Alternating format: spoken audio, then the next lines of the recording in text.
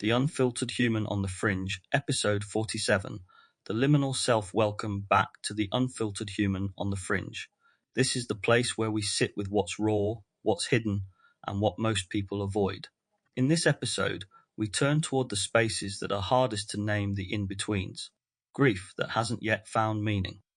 Waiting when the future hasn't arrived. Transitions where the old identity has dissolved, but the new hasn't yet formed. Anthropologists call this liminality, a threshold state where certainty is stripped away and we live in the not yet. Liminal spaces can feel disorienting, even unbearable. They are often marked by silence, confusion, or grief, but they are also profoundly creative.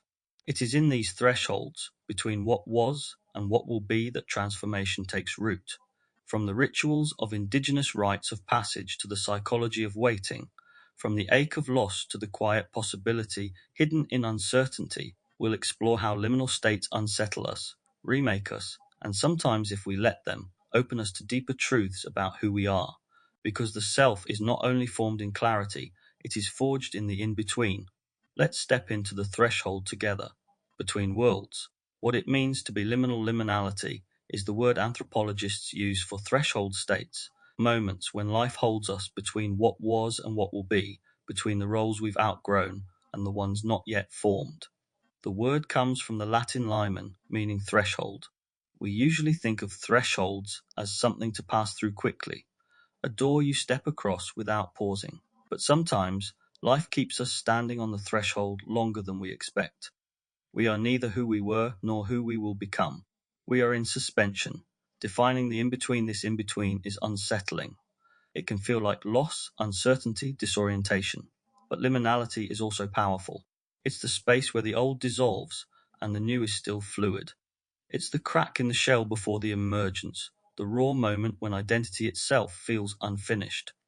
Anthropologist Victor Turner described liminality as betwixt and between, an ambiguous condition where the usual structures of life dissolve, opening the way for new forms of self and community.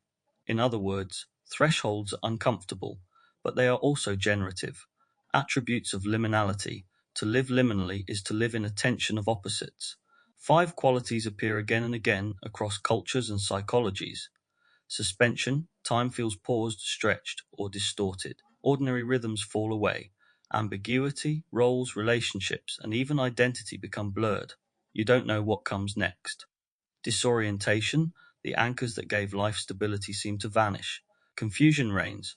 Openness, because the old order is gone, possibilities multiply. Anything could emerge. Potential, liminality is fertile soil, though it often feels barren. Transformation germinates in its silence. These attributes explain why thresholds are both feared and revered. They are the spaces where we lose control, but also where the possibility of change lies waiting. Themes, rituals of threshold. Every culture has grappled with the unsettling power of the liminal. Rather than avoid it, traditional societies often ritualized it. Rites of passage. Arnold van Gennep's classic work, The Rites of Passage, outlined 3 stages in every initiation: separation, liminality, and reintegration. Adolescents were separated from the group, thrust into trial or ordeal, and then reintroduced as transformed adults. The liminal stage was crucial, the dissolving interval where identity was stripped before being remade. Communitas. Turner built on Van Gennep by showing that liminal states often dissolve social hierarchies. In initiation rites, initiates became equal in their vulnerability. The shared suspension created communitas, a deep egalitarian bond beyond ordinary structures of power. Myth and liminal figures, tricksters, shamans, and prophets often inhabit liminal roles.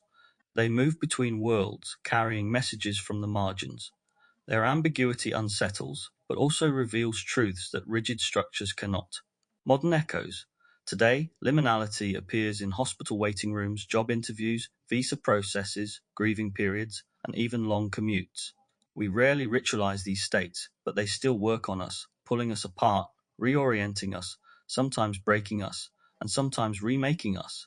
Personal reflection. I've come to recognize that some of the most formative moments in my life were not the achievements or the arrivals, but the thresholds. The pauses when nothing seemed to move.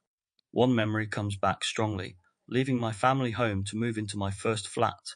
It wasn't just a change of address, it was a suspension between two worlds. For the first time, I lived entirely alone. No family rhythms to shape the day, no friends dropping by, no one to anchor the hours but me. At first, the silence was unbearable. It was like living in a corridor where all the doors had been closed, but none had opened yet. I paced, I distracted myself, I filled the time with small tasks to avoid the heaviness. Yet slowly, something shifted. That corridor became a forge. With no one else to mirror back who I was, I had to meet myself more honestly than I ever had before. I didn't think of it as liminality at the time, but looking back, it was exactly that, the in-between. It taught me that thresholds feel like absence, but they also give birth presence. In losing the old, I began to glimpse the contours of the new. Psychological insight, the in-between mind psychology, has begun to map what anthropologists first described. Liminal states, though uncomfortable, are often catalysts for growth. Temporal distortion. Research on waiting, Zake and Block, 1997, shows that when outcomes are uncertain, time feels slower. This explains why liminality stretches minutes into hours. The brain is hyper-attuned to uncertainty. Identity dissolution. Studies on transitional periods, such as divorce, migration, or unemployment, reveal that identity becomes fluid in liminality. Old self-definitions collapse, creating both vulnerability and opportunity for reinvention. Creativity and suspension. Psychologists like Csikszentmihalyi flow theory suggest that ambiguity can prime creativity. In liminal states, when certainty dissolves, the mind is more open to novel connections. This is why artists, writers, and mystics often speak of creative breakthroughs during times of suspension. Spiritual dimension. Jung described the alchemical stage of nigredo, a dark suspension where the old psyche dissolves before transformation. It mirrors liminality. The ego feels disoriented, but the unconscious is preparing renewal. Personally, I felt this. In times of waiting, for results, for new beginnings, for decisions, I've noticed how restless the mind becomes. It scrambles for control. But when I've allowed myself to sit inside the not yet, something else surfaces. Ideas come unbidden, insights crystallize, and a quiet sense of possibility takes shape. The discomfort is real, but so is the potential. Embodiment prompt or practice week. Choose one small threshold in your life, waiting for an email, standing in a queue, commuting between places. Instead of numbing the in-between with distraction, pause. Notice the sensations of suspension. Name the ambiguity without rushing to resolve it. Ask yourself, what could be gestating here that I cannot yet see? Treat even the smallest liminal moments as practice for larger thresholds. Integration moment liminality is not just an inconvenience, it is a teacher. It shows us that becoming requires in-betweens, that clarity emerges from ambiguity, that thresholds are not empty corridors, but secret workshops where identity reshapes itself. Seed to plant. Next time you find yourself suspended, waiting, grieving in transition, don't only ask, when will this end? Instead ask, what is this threshold inviting me to become? Grief as threshold grief is one of the deepest liminal states we can enter. It suspends us between worlds, the world we once knew with the person alive, and the world that now stretches before us without them. It is not what was, not yet what will be. We live inside a rupture where time feels distorted, identity feels shaken, and even reality feels uncertain. Grief is more than absence, it is a passage, a liminal doorway where longing and transformation coexist. Themes: mourning rituals, continuing bonds, grief psychology. Attributes: rupture, death tears the fabric of ordinary life. The routines, conversations, and assumptions that made up our days suddenly vanish. Longing, grief keeps us tethered to what was. Memory refuses to let go, and love resists erasure. Disorientation, the world can feel unreal, familiar streets, meals, and tasks all altered by absence. Memory, rather than disappearing, the dead live on in story, image, ritual, and continuing bonds. Transformation, over time, grief reshapes identity. We emerge altered, softer, wiser, or scarred, but never unchanged. Across cultures, rituals guide mourners through this threshold. From the 40 days of Orthodox mourning to Mexico's Dia de los Muertos to modern grief counseling, societies know that without structure, the liminal space of grief can swallow us whole. I've seen this dynamic not just in research, but in my own life. Personal reflection. The first death that truly reached me happened when I was around 10. A friend of my dad's, only 18 at the time, was killed in a car accident. He wasn't just a passing acquaintance. He'd taken me fishing, shown me how to set up my rods, and carried the kind of warmth and care that stays with a child. I still remember the shock when I heard he had died. It wasn't just me, my dad, our mutual friends, everyone in that small circle was deeply shaken. At 10, I didn't have the language for grief, but I felt its weight, the sudden silence where someone had once been so alive. What struck me most was how unfair it seemed. He was young, with everything ahead of him. To vanish at 18, it didn't feel real, and yet it was. That grief became my first real initiation into mortality. Even now, decades later, I carry the sadness of what could have been. His absence still echoes, reminding me that life is fragile, that time isn't guaranteed, and that the bonds we form leave deep imprints whether or not they last a lifetime. Psychological insight grief is increasingly understood as a liminal state, a threshold where old identity is dissolved and new meaning must be formed. Mourning rituals. Psychologists note that cultural rituals create scaffolding for grief. They give shape to the formlessness of loss, helping the bereaved navigate the disorientation of absence.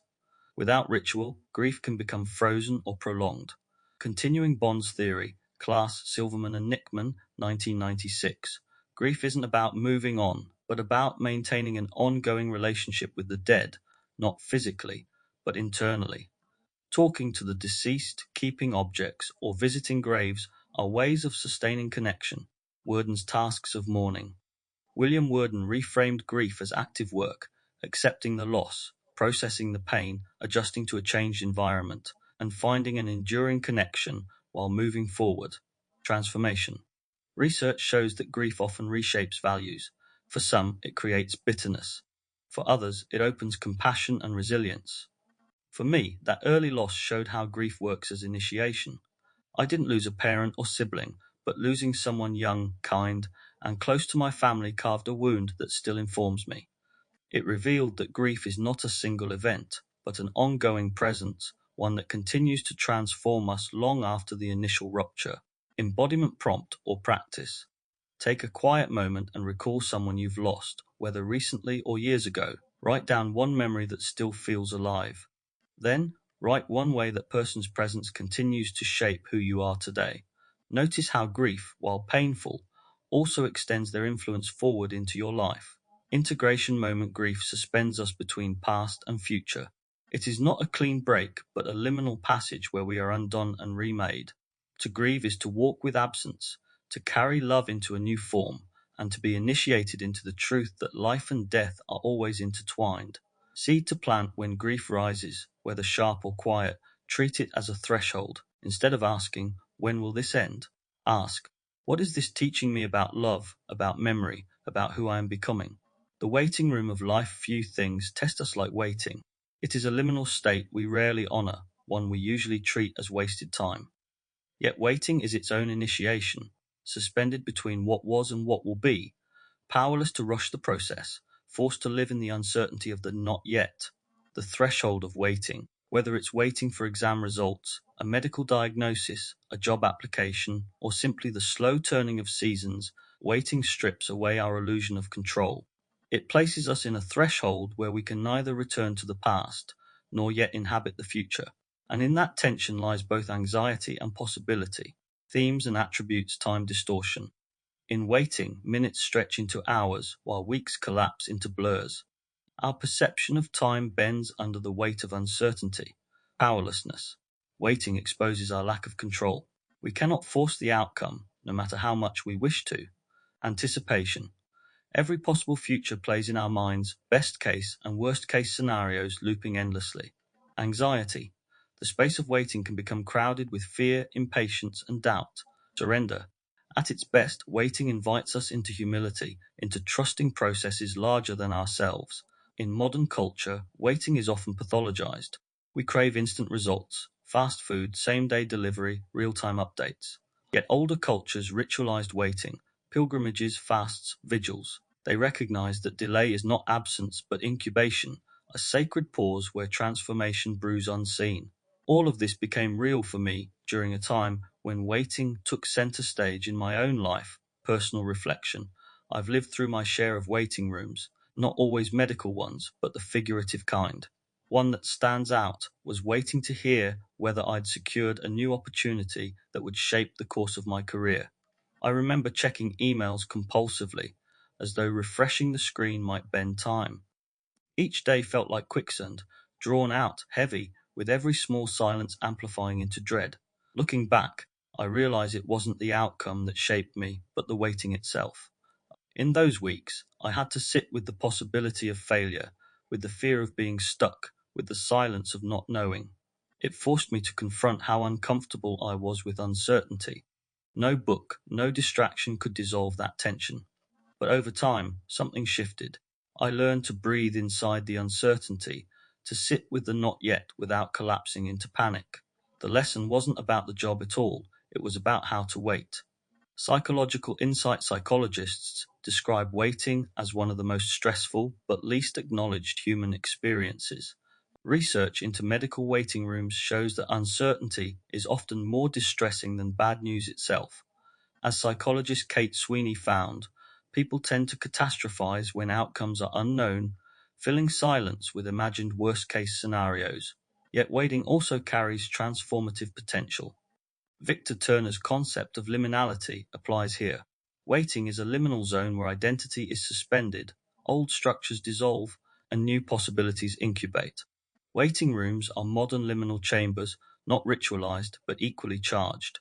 From an existential perspective, waiting is confrontation with time itself.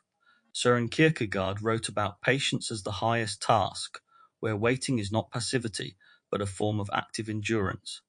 Similarly, Simone Weil spoke of waiting as an act of attention, a spiritual discipline of being present to what has not yet arrived.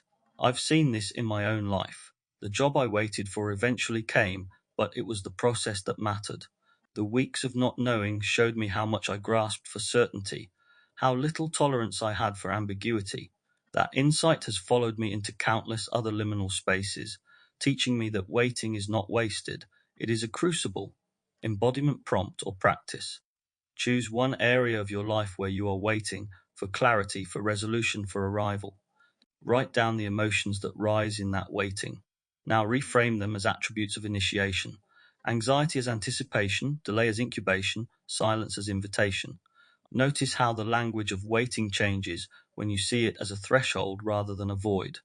Integration moment, waiting feels powerless, but it is often where unseen growth happens. Seeds germinate in the dark, not in the light. In the same way, waiting shapes us in hidden ways, strengthening patience, deepening humility, teaching us endurance. When we learn to live inside the not yet, we discover that liminality isn't absence but presence, a presence that reshapes us for what is to come. Seed to plant. The next time you feel caught in waiting, ask, what is this pause preparing me for? Instead of filling the silence with panic, let it become a space of attention. Waiting is not wasted time. It is a threshold that teaches us how to live with uncertainty. Identity in suspension. There are times when identity feels less like a solid structure and more like scaffolding that has suddenly been stripped away.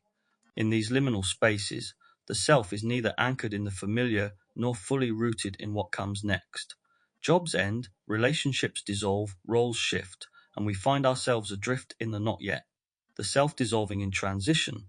This suspension is both terrifying and liberating. Without old anchors, we lose the certainty of who we thought we were. Yet in the same breath, the suspension opens possibility, a fertile emptiness in which new identities can take root.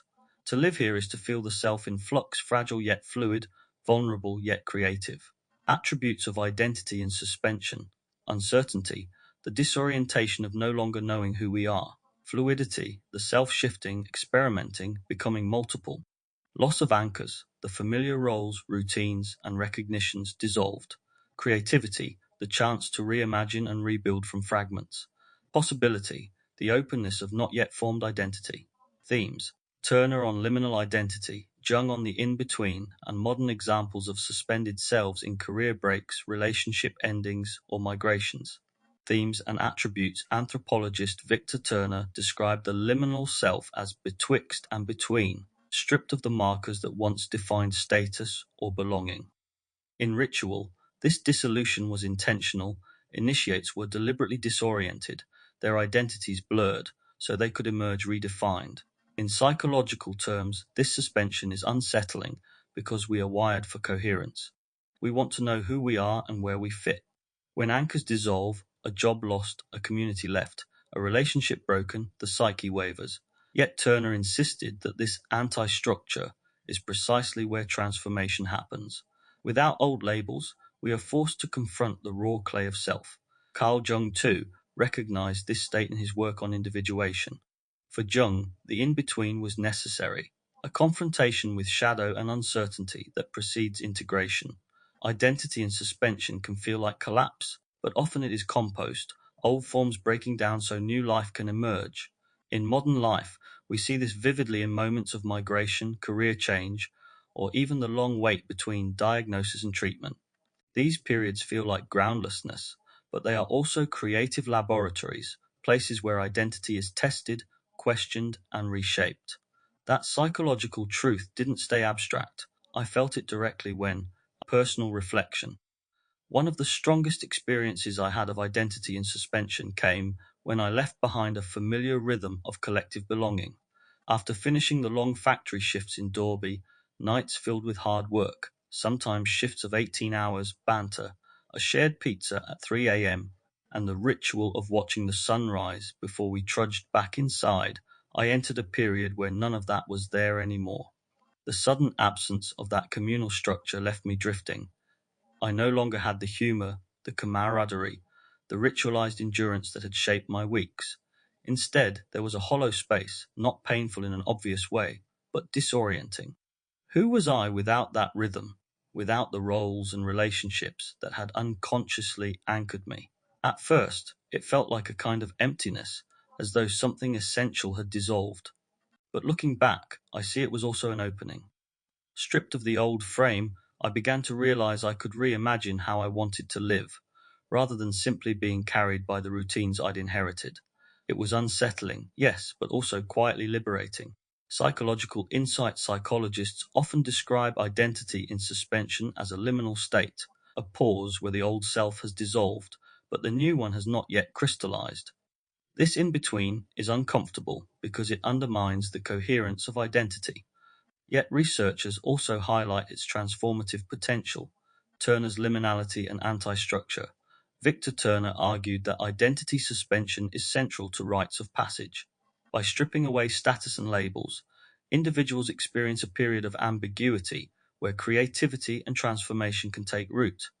Jung's individuation. For Jung, liminal states are essential to psychological growth. When the ego's familiar roles collapse, the unconscious rises with material that can be integrated into a fuller, more authentic self.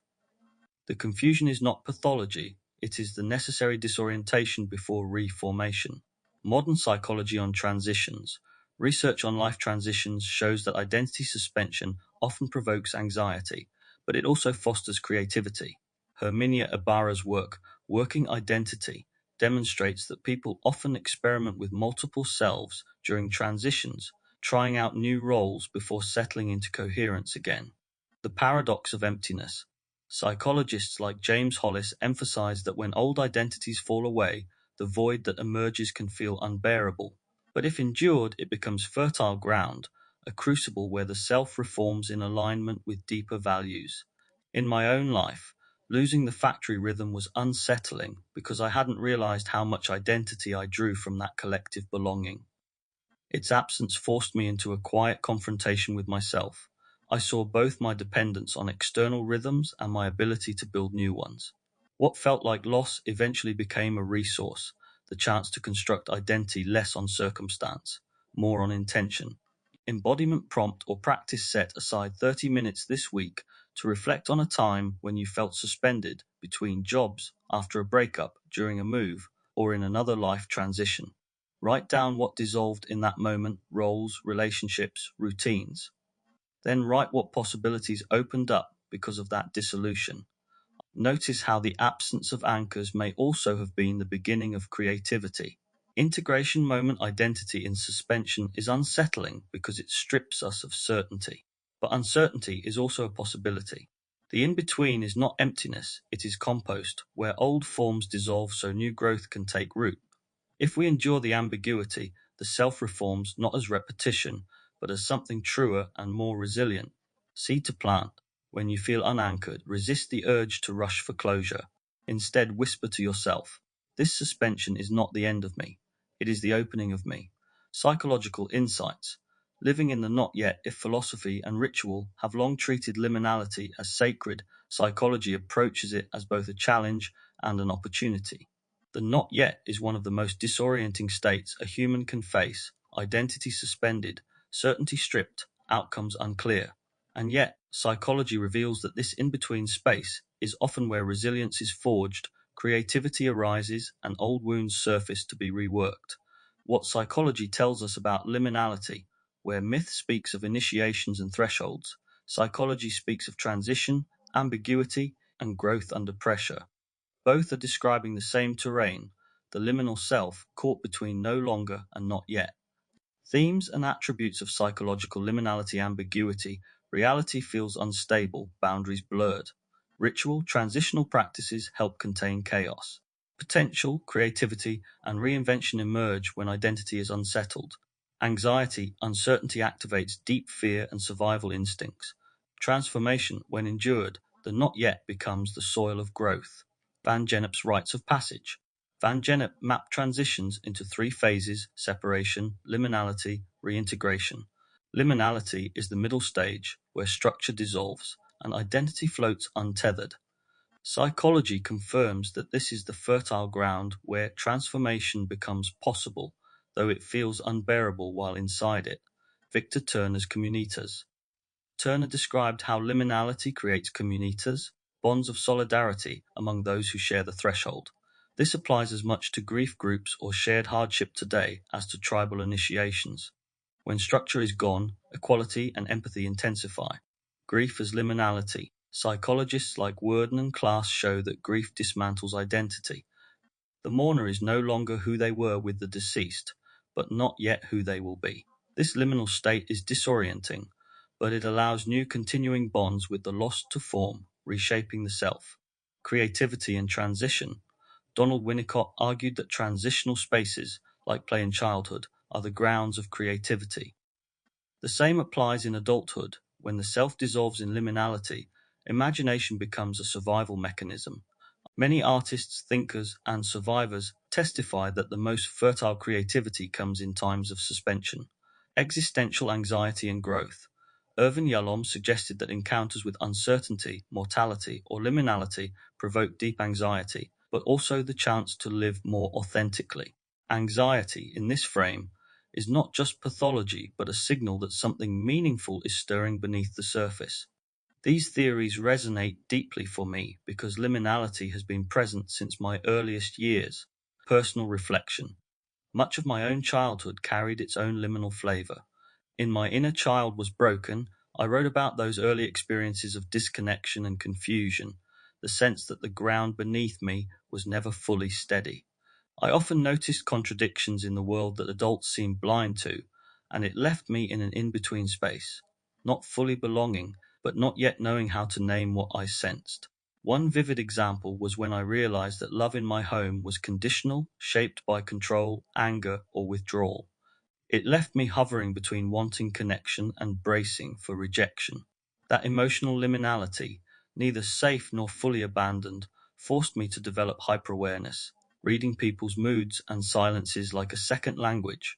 At the time, it was survival, but in hindsight, it was also an initiation. That in-between state sharpened my perception, taught me resilience, and planted the seeds of the work I do now. Naming thresholds, decoding shadows, and helping others navigate ambiguity. Liminality, in that sense, was not just something that happened later in life through grief or waiting rooms. It was woven into my earliest years, a constant rehearsal of being not quite here, not quite there. Psychological insight psychology often treats liminality as a disruption, but it can also be understood as a developmental necessity.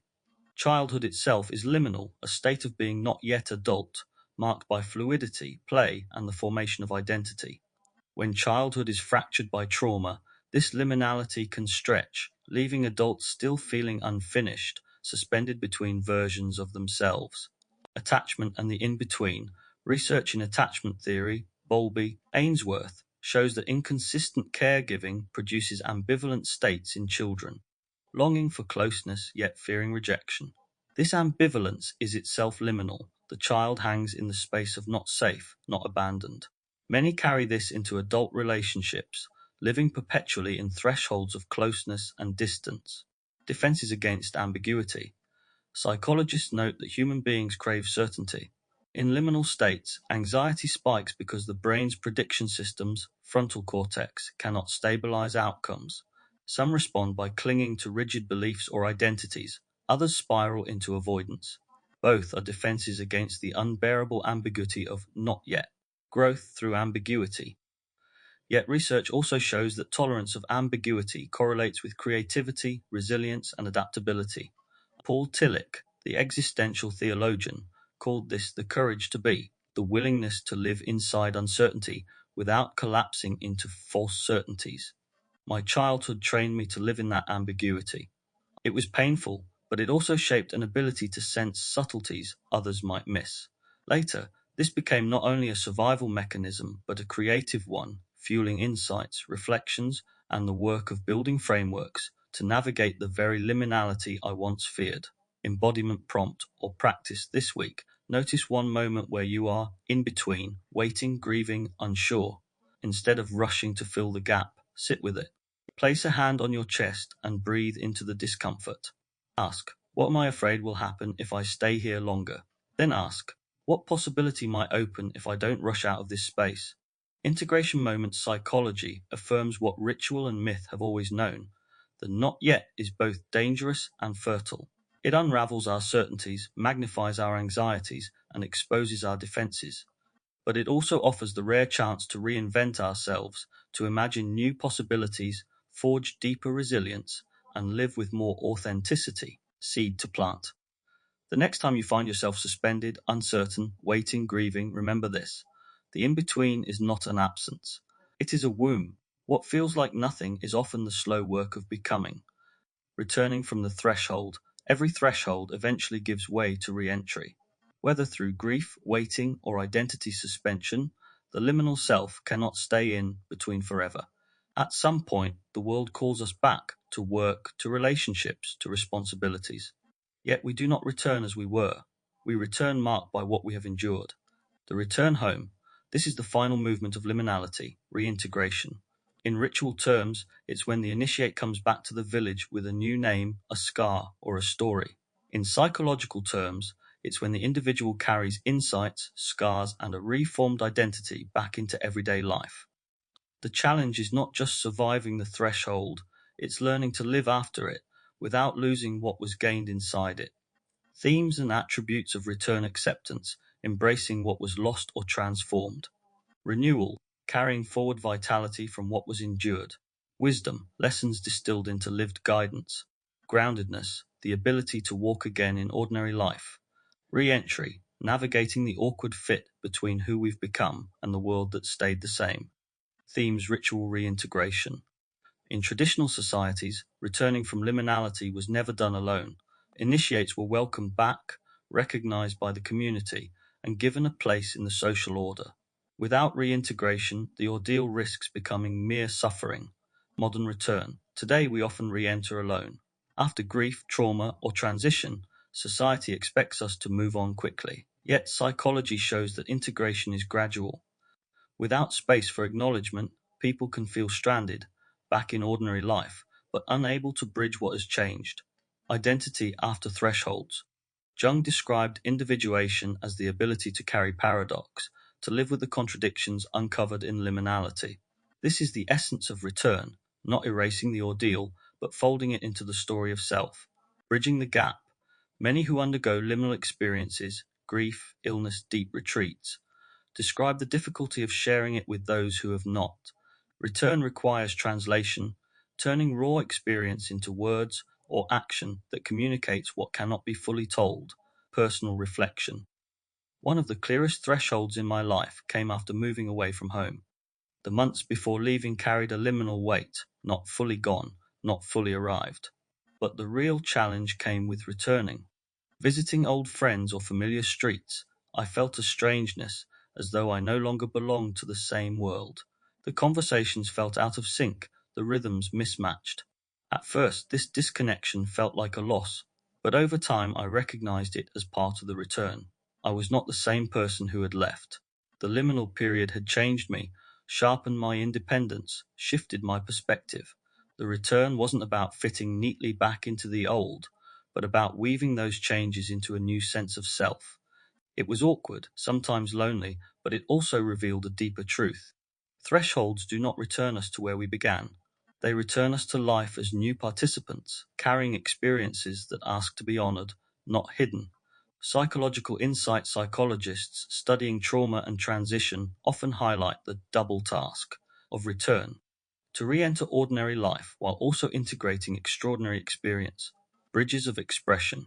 Narrative therapy shows that telling the story of what was endured is central to integration. Without expression, the experience remains fragmented. Writing, art, ritual, or conversation can all serve as ways to bridge the gap. Post-liminal identity. Research into resilience and post-traumatic growth emphasizes that thresholds often produce lasting changes in priorities, relationships, and values. The task is to stabilize these changes without losing them to the inertia of routine. Communal role. Victor Turner insisted that reintegration required recognition by others. Without this, liminal experiences risk alienation. This is why grief groups, initiation rituals, or even therapy can be vital. They provide a social mirror for the new self. Living the paradox. Jungian psychology frames the return as individuation, the ability to live with contradictions discovered in the threshold. To know you are fragile yet resilient, lost yet purposeful, finite yet alive. Integration is not simplification, it is the capacity to carry complexity. In my own returns, whether from grief, solitude, or transitions, the hardest part has always been explaining to others what happened in between. The temptation is to minimize, to tuck it away. But each time I've managed to express it, even imperfectly, I've found grounding. The liminal ceases to be just a private rupture and becomes part of the shared human story. Embodiment prompt or practice. Think of a threshold you've recently crossed: grief, transition, change. Write down one insight it gave you. Then write how you can embody that insight in daily life, a gesture, a habit, a conversation. Finally, share it with someone you trust. Notice how the act of expression itself anchors the return. Integration moment. Returning from liminality is not about erasing the threshold. It is about carrying it forward, the scar, the lesson, the subtle shift in being. Ordinary life resumes, but it is no longer the same. To integrate is to walk into the familiar with new eyes, to honor what was endured by living differently. Seed to plant. The next time you return from an in-between, whether grief, transition, or solitude, ask yourself, what gift am I bringing back? Even the smallest insight deserves to be carried forward, because it is in return that liminality fulfills its purpose. The threshold that shapes liminality is never comfortable. It stretches us, disorients us, and asks us to live inside the not yet. But it is also where we are undone and remade. Grief, waiting, identity, and suspension, all of these are fires of in-betweenness, places where we discover that becoming is not linear but layered. The in-between is not a void, it is a womb. Every silence, every rupture, every pause carries the seed of new presence. You've been listening to the Unfiltered Human on the Fringe. Until next time, stay human, stay awake, and remember, the self is not only formed in clarity, it is forged in the thresholds we dare to endure. James Miller. If you found value in today's episode, you may also be interested in my broader project, the Inversiverse, a series exploring the hidden architecture of perception, identity, control, and consciousness. Across 20 episodes, the Inversiverse dissects indoctrination, language, media manipulation, dark psychology, belief systems, and the evolution of self in the digital age. You can find all episodes of the Inversiverse on Facebook, YouTube, Rumble, and Substack by searching this place called Earth. These ideas aren't shared to convince you, but to invite you to think, feel, and perceive more consciously in a world designed to keep you distracted. Overview of the Inversiverse: a journey through the mirrors of mind, culture, and control. Episodes 1 to 3 introduce foundational ideas around indoctrination, perception, and manipulation. Episode 4 explores how language, symbols, and cultural norms are used to shape thought. Episode 5 investigates control systems, media narratives, and the illusion of choice.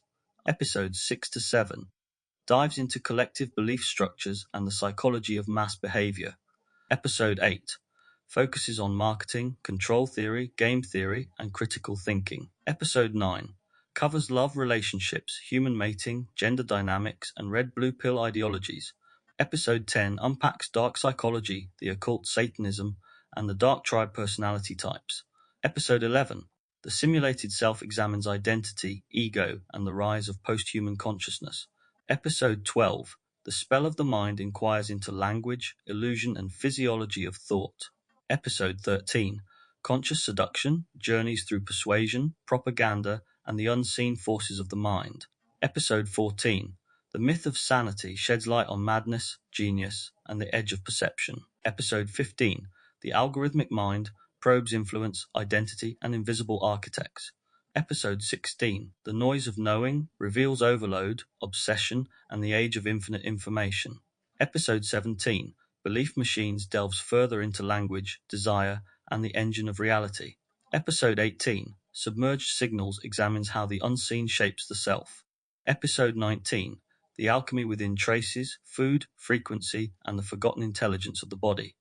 Episode 20 Encoded Flesh scrutinizes and opens up to the forgotten language of the body, DNA, and biological consciousness.